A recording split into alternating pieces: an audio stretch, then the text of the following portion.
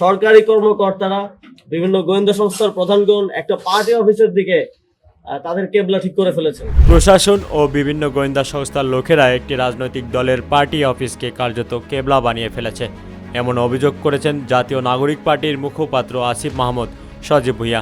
একটি নির্দিষ্ট দলের প্রতি, একটি নির্দিষ্ট গোষ্ঠীর প্রতি প্রশাসনের এক ধরনের একতরফা এবং পক্ষপাতিত্বের পরিচয় আমরা দেখেছি। আসিফ মাহমুদ বলেন, মনোনয়ন বাছাইয়ের কোনো কোনো ক্ষেত্রে একটি নির্দিষ্ট দলের প্রতি প্রশাসনের পক্ষপাতিত্ব স্পষ্টভাবে দেখা গেছে।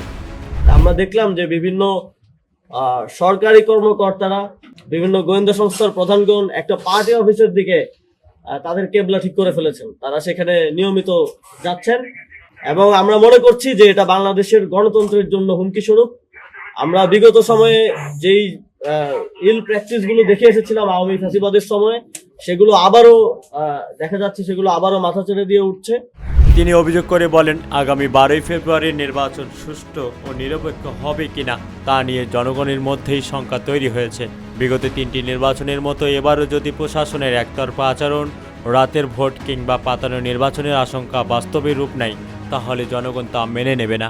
বাংলাদেশের জনগণ যারা তাদের রায় প্রকাশ করবেন আগামী 12ই ফেব্রুয়ারি, তাদের জন্য একটা আশঙ্কার বিষয়, শঙ্কার বিষয় যে এই নির্বাচনটা কি সুষ্ঠু, নিরপেক্ষ এবং মানুষের ভোটাধিকার প্রয়োগের মাধ্যমে সম্পন্ন হবে, নাকি প্রশাসনের যেই বিগত 3টা নির্বাচনে আমরা দেখে এসেছি প্রশাসনের এক ধরনের পক্ষপাতিত্ব, একতরফা আচরণ,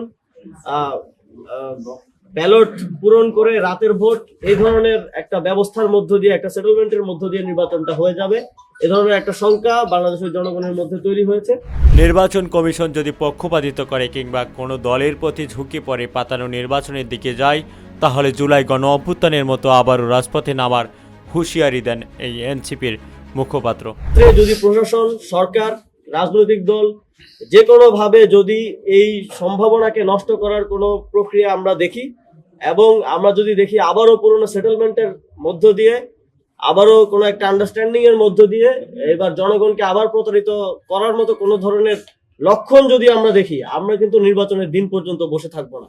আমরা প্রয়োজনে আবার রাজপথে নামবো, প্রয়োজনে আমরা আমাদের যেই সুষ্ঠু নির্বাচন, নিরপেক্ষ নির্বাচন এবং জনগণের রায় দেওয়ার যেই অধিকার, সেটা ছিনিয়ে নিব। আসিফ মাহমুদের বক্তব্যের পরপরই প্রধান নির্বাচন কমিশনের সঙ্গে বৈঠকে বসে ইসলামী আন্দোলন বাংলাদেশের একটি প্রতিনিধি দল। বৈঠক শেষে দলের সিনিয়র যুগ্ম মহাসচিব ও মুখপাত্র গাজী আতাউর রহমান বলেন, বেশ কিছু প্রার্থীর মনোনয়ন একেবারেই সামান্য বিষয়ে বাতিল করা হয়েছে। তিনি বলেন, ঋণ খেলাপি সহ যৌক্তিক কারণ থাকলে মনোনয়ন বাতিল হতে পারে, তবে তুচ্ছ ও সংশোধনযোগ্য বিষয়ে প্রার্থিতা বাতিল করা অনুচিত। এতে হয়তো আপিলে মনোনয়ন ফিরে পাওয়া যাবে, কিন্তু এর মাধ্যমে প্রার্থীদের ইমেজ ক্ষতিগ্রস্ত হচ্ছে, যা এক ধরনের হয়রানি। কিছু ক্লারিক্যাল মিস্টেকের কারণেও বাতিল করা হয়েছে। আমাদের কথা হলো, যদি যৌক্তিক কোনো কারণ থাকে, যেমন ঋণ খেলাফি যদি থাকে, অথবা কোনো মামলা থাকে, যদি তথ্য গোপন করা হয়েছে যদি এমন থাকে, অথবা সম্পদের তথ্য যদি গোপন থাকে, এই জাতীয় যদি কোনো বিষয় থাকে, এটা যৌক্তিকতা আছে।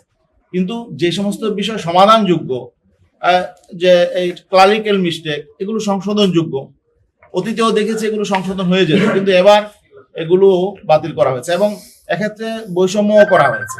কোনো কোনো ক্যান্ডিডেটের ক্ষেত্রে ছাড় দেওয়া হয়েছে, আবার দেখা গেল আমাদের ক্যান্ডিডেটের ক্ষেত্রে ছাড় দেওয়া হয়। গাজী আতাউর রহমান আরও অভিযোগ করে বলেন, একটি দলকে ভিভিআইপি প্রোটোকল দেওয়া হচ্ছে এবং বিভিন্ন পক্ষ আবারও একটি নির্দিষ্ট দলের দিকে ঝুঁকে পড়েছে। দুই একটি রাজনৈতিক দলের প্রধান তারা ভিভিআইপি প্রোটোকল পাচ্ছে, এটা জনমনে নিয়ে বিভিন্ন রকম প্রশ্ন আছে এবং এটা লেভেল প্লেইং ফিল্ডের জন্য অন্তরায়, এগুলো নিয়ে আমরা কথা বলেছি। এছাড়াও তিনি বলেন, গণভোটের বিষয়টি নিয়ে নির্বাচন কমিশন তৎপর নয়। গণভোটের মাধ্যমে যদি জুলাই সনদের বাস্তবায়ন না হয়, তাহলে দেশ আবারও ফ্যাসিবাদের দিকে ফিরে যেতে পারে বলে আশঙ্কাও প্রকাশ করেন তিনি। মোহাম্মদ সজল মিয়া, ফেস দ্য পিপল।